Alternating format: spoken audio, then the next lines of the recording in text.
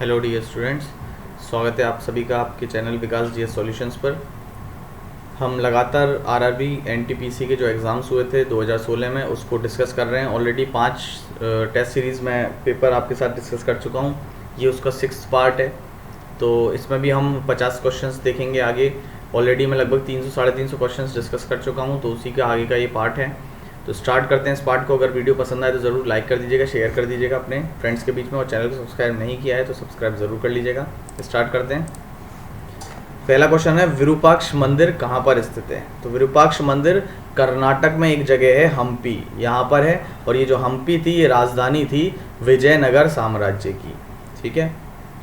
श्रीलंका को किस वर्ष स्वतंत्रता मिली थी? तो 1948 में श्रीलंका आज़ाद हुआ है, हमसे 1 साल बाद। संविधान लागू होने से पहले अंतिम वायसराय कौन थे? तो जब हमारा आज़ाद हो गए थे हम, तो 1 साल तक आज़ादी के बाद भी लॉर्ड जो माउंटबेटन थे वो वायसराय रहे थे, लेकिन उनके बाद इकलौते भारतीय और अंतिम गवर्नर जनरल आप कह सकते हैं या वायसराय कह सकते हैं, वो कौन रहे थे? वो रहे थे सी राजगोपालचारी, जो पहले व्यक्ति थे जिन्हें भारत रत्न भी दिया गया था। 3 में से 1 थे ये। नेक्स्ट क्वेश्चन है, परमाणु रिएक्टरों में कंट्रोल रॉड्स का उपयोग क्यों किया जाता है? हम कंट्रोल रॉड्स का यूज़ करते हैं जो न्यूक्लियर रिएक्टर्स होते हैं उसमें। क्यों? तो सिंपल सा है, जो नाभिकीय विघटन होता है उसको नियंत्रित करने के लिए करेंगे।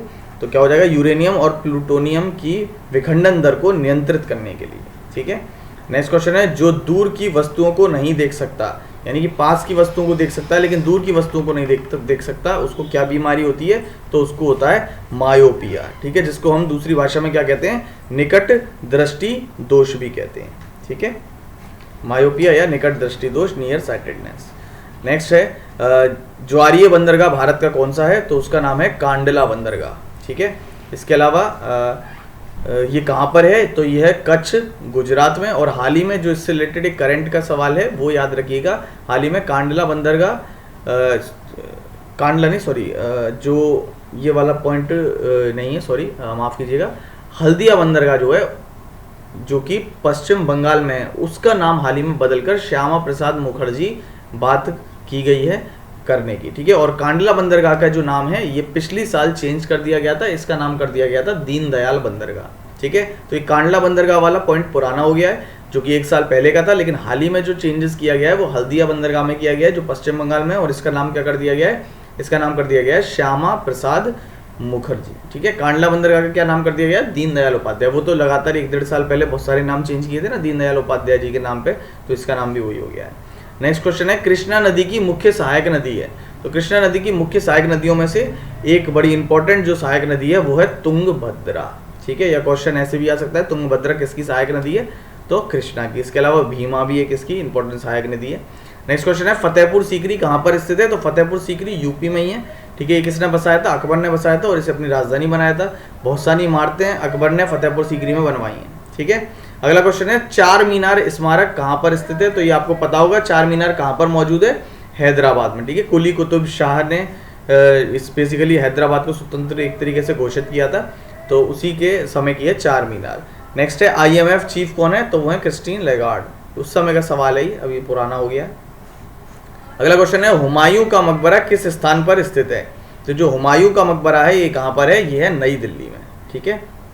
इसी की वाइफ थी हाजी बेगम, उसने बनवाया था। अगला क्वेश्चन है, रीढ़ की हड्डी में हड्डियों की संख्या कितनी होती है? यानी जो हमारी स्पाइनल कॉर्ड होती है उसमें कितनी हड्डियां होती हैं? 33 हड्डियां होती हैं। ठीक है। महाभारत की लड़ाई कितने दिनों तक चली थी? 18 दिन। ये आ जाता है क्वेश्चन कभी कभी, वैसे आपको पता भी होगा।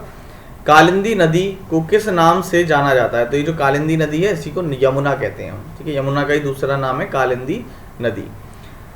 नेपाल की पहली महिला राष्ट्रपति कौन बनी थी? उस समय का सवाल है, विंध्या देवी भंडारी। उस समय की बात है ये, अभी तो पुराना सवाल हो गया, विद्या देवी भंडारी। नेक्स्ट है, भारत का समान नागरिक संहिता। भारत की समान नागरिक संहिता की हमने राज्य के नीति निर्देशक तत्वों में बात की है, जो कि आज तक लागू नहीं हुआ है। गोवा इकलौता ऐसा राज्य जहाँ ये है, तो इसका उल्लेख कहाँ पर है? आर्टिकल 44 में। ठीक है। नेपाल के प्रधानमंत्री कौन है? तो KP शर्मा ओली हैं। ठीक है, ये आपको पता होगा। नेक्स्ट क्वेश्चन है, भौतिक अनुसंधान प्रयोगशाला की स्थापना किसने की थी? जो फिजिकल रिसर्च लेबोरेटरी है वो किसके द्वारा स्थापित की गई थी? विक्रम साराभाई। ठीक है। स्पेस सेंटर का नाम भी है इनके नाम पर।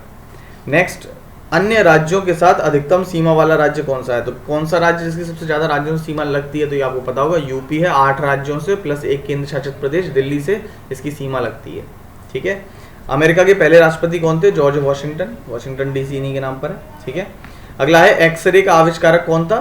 तो कौन था? रोएंगटेन, यानी कि पूरा नाम इनका ये है, वैसे एक ये वाला नाम याद रख लो, इसी से नाम याद रहता है। ठीक है। नेक्स्ट है राष्ट्रमंडल खेल 2014 कहाँ हुए थे? तो ये पुराना सवाल है, इसको छोड़ सकते हो। निम्न में से कौन सी सबसे हल्की गैस है? सबसे हल्की गैस कौन सी होती है? हाइड्रोजन, दूसरे नंबर पे हीलियम। हीलियम टिक मत कर देना, हीलियम से भी हल्की हाइड्रोजन होती है, हीलियम सेकंड नंबर पे सबसे हल्की है। ठीक है। नेक्स्ट क्वेश्चन है भारत के मुख्य न्यायाधीश जो राष्ट्रपति बने, ये इकलौते यही हैं, वो है मोहम्मद हिदायतुल्ला। ठीक है। नेक्स्ट क्वेश्चन है इकोटोन क्या होता है? तो दो बायोम के बीच का एक संक्रमण क्षेत्र को हम क्या कहते हैं? इकोटोन कहते हैं। ठीक है। ऑलरेडी ये क्वेश्चन मैं आपको करा चुका हूँ, जब मैंने आपको पर्यावरण पढ़ाया है उसमें ऑलरेडी ये क्वेश्चन हैं पर्यावरण के। नेक्स्ट क्वेश्चन है श्रीलंका की प्रथम महिला प्रधानमंत्री, तो ये आपको पता होगा, भंडारनायक, तो श्रीमती सिरिमा भंडारनायके। ठीक है। तारा चमकता है किसकी वजह से? तारे में रोशनी उत्पन्न होती है, किसकी वजह से? उसका अपना प्रकाश है, तो थर्मोन्यूक्लियर फ्यूजन होता है वहाँ पे, यानी कि न्यूक्लियर यानी नाभिकीय संलयन प्रक्रिया की वजह से। ठीक है। नक्षत्रों के नाम कितने हैं? जो कॉन्स्टिलेशंस हैं टोटल वो कितने हैं? 88 हैं। केसर ए हिंद का शीर्षक ब्रिटिश सरकार ने किसको दिया था? पता होगा, गांधी जी को दिया हुआ है, जो इन्होंने लौटा दिया था, जो इन्होंने लौटा दिया था जलियांवाला बाग हत्याकांड के बाद। आधुनिक आगरा की स्थापना किसने की थी? ये की थी सिकंदर लोधी। क्वेश्चन थोड़ा सा नीचे कट गया है, ऊपर पढ़ लीजिए। आधुनिक आगरा की स्थापना किसने की? सिकंदर लोधी ने बसाया था। मेरा लेक्चर देख लीजिएगा अगर नहीं देखा है तो, इतिहास का। नेक्स्ट क्वेश्चन है भारतीय राष्ट्रीय कांग्रेस की पहली महिला अध्यक्ष।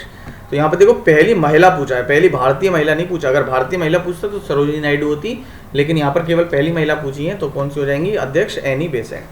अजंता की गुफाएं कहाँ मौजूद हैं? तो अजंता की गुफाएं आपको पता होगा कहाँ पर है? औरंगाबाद में है, महाराष्ट्र में। ठीक है। अजंता एलोरा है ना। फॉर्मिक एसिड पाया जाता है, जो फॉर्मिक एसिड होता है वो किन में होता है? चींटियों में होता है। ठीक है। मधुमक्खी, चींटी, ये सब फॉर्मिक एसिड होता है इनमें। वन संरक्षण अधिनियम कब बनाया गया था? फॉरेस्ट कंजर्वेशन एक्ट 1980 में बनाया गया था। अगला है मध्यवर्ती तरल चरण से गुजरने के बिना ठोस से सीधे गैस चरण में एक पदार्थ का संक्रमण, यानी ऐसे पदार्थ जो डायरेक्ट ठोस से गैस में बन जाते हैं या गैस से ठोस में हो जाते हैं, ऐसे पदार्थों को क्या कहते हैं? ऐसे प्रोसेस को क्या कहते हैं? सब्लिमेशन प्रोसेस कहते हैं। ठीक है। हिंदी में ये कहते हैं। नेक्स्ट क्वेश्चन, अंगूर का विस्तार तब होता है जब आप इसे पानी में भिगोते हैं। किस प्रक्रिया के कारण होता है ये? तो जब पानी में भिगोते हैं तो वो पानी सोख लेता है, वो किसके कारण होता है? ऑस्मोसिस। और पानी छोड़ देना वो रिवर्स ऑस्मोसिस, जो घर में आरओ होता है वो। इसरो भारतीय अंतरिक्ष अनुसंधान संगठन, फुल फॉर्म पूछिए, बहुत आसान सवाल है। इंडियन स्पेस रिसर्च ऑर्गेनाइजेशन, मुख्यालय इसका कहाँ पर है? बेंगलुरु में है। ठीक है। कर्नाटक में। मनुष्यों का अध्ययन क्या कहलाता है? तो मनुष्यों का अध्ययन कहलाता है मानव विज्ञान। ठीक है। अब ये हिंदी में मानव विज्ञान नहीं लिखा हुआ है, ये तो तुम तुक्का भी मार दोगे। क्या शब्द लिखा हुआ जाता है? एंथ्रोपोलॉजी। ठीक है। एंथ्रोपोलॉजी मानव से संबंधित क्रियाएं जो होती हैं, एंथ्रोजेनिक फैक्टर्स कहते हैं उनको। महाबोधि मंदिर कहाँ पर है? तो पता होगा आपको, महाबोधि जहाँ पर बोध गया में है ये। ठीक है। बिहार में, जहाँ पर गौतम बुद्ध को ज्ञान की प्राप्ति हुई थी। लाल किला बनवाया गया, लाल किला दिल्ली का किसने बनवाया है? शाहजहां ने बनवाया। जबकि आगरा का पूछे तो वो अकबर ने बनवाया है। अगला सवाल है सौरोलॉजी किसका अध्ययन है? तो सौरोलॉजी अध्ययन होता है छिपकलियों का। ठीक है। डायनासोर से याद रखो, डायनासोर होता है ना, डायनासोर बेसिकली किसका हम मानते हैं बड़ा रूप? तो वो छिपकलियों का ही मानते हैं। ठीक है। छिपकली के नाना है। ठीक है। वो सुना होगा आपने बचपन में, एक आता था, छिपकली के नाना है, छिपकली के है ससुर, डायनासोर। चलो अगला सवाल है, हमारे मानव शरीर में सबसे लंबी कोशिका कौन सी है? हमारे शरीर में सबसे लंबी जो सेल होती है वो कौन सी होती है? तो वो होती है नर्व सेल, तंत्रिका कोशिका। ये ऊपर आंसर नहीं लिख रहा है इंग्लिश में, तो मैं बता दे रहा हूँ, नर्व सेल। ठीक है। नेक्स्ट क्वेश्चन है कुदानकुलम जो न्यूक्लियर पावर प्लांट है वो कहाँ पर है? तो वो है तमिलनाडु में, और इसे बनाने में हमारी मदद कौन कर रहा है? रूस के द्वारा की गई है। नेक्स्ट क्वेश्चन है डीवीडी की क्या फुल फॉर्म होती है? डीवीडी होता है ना, सीडी, डीवीडी, तो ये डीवीडी की फुल फॉर्म क्या होती है? डिजिटल वीडियो या डिजिटल वर्सेटाइल डिस्क। ठीक है। नेक्स्ट, फाइनेंशियल इमरजेंसी कौन घोषित करता है? वित्तीय आपात की घोषणा कौन करेगा? तो सिंपल का सा सवाल है, आर्टिकल 360 के तहत राष्ट्रपति। अगला क्वेश्चन है भारत के लौह पुरुष, तो लौह पुरुष सरदार वल्लभ भाई पटेल को कहते हैं। लौह महिला आयरन लेडी, ये किसको कहते हैं? कमेंट में बताइएगा। चलिए study of map is called, जो मानचित्र का अध्ययन होता है उसको क्या कहते हैं? कार्टोग्राफी कहते हैं। ठीक है। वॉलीबॉल टीम में कितने खिलाड़ी होते हैं? 6 खिलाड़ी होते हैं वॉलीबॉल में। ठीक है। बास्केटबॉल में 5 होते हैं। जनरल क्वेश्चन है, पूछ लेता है। इंदिरा गांधी ट्यूलिप गार्डन कहाँ पर है? जम्मू कश्मीर में है। विश्व हिंदी दिवस कब मनाया जाता है? 14 जनवरी को। जबकि पूछे राष्ट्रीय हिंदी दिवस यानी भारत का हिंदी दिवस कब होता है? वो 14 सितंबर को होता है। तो ये दोनों सवाल याद रखिएगा। तो हमने यहाँ पर 50 क्वेश्चंस और डिस्कस कर लिए हैं। उम्मीद करता हूँ आपको वीडियो पसंद आया होगा। तो ज़्यादा से ज़्यादा लाइक कर दीजिएगा। लाइक में कोई कंजूसी नहीं करिएगा। लाइक करने में कोई आपका कुछ नहीं जाएगा, तो लाइक ज़रूर कर देना जब वीडियो देख रहे हैं। तो बहुत बहुत धन्यवाद। चैनल के साथ बने रहें। उम्मीद करता हूँ आपका एग्ज़ाम ज़रूर निकलेगा। All the best.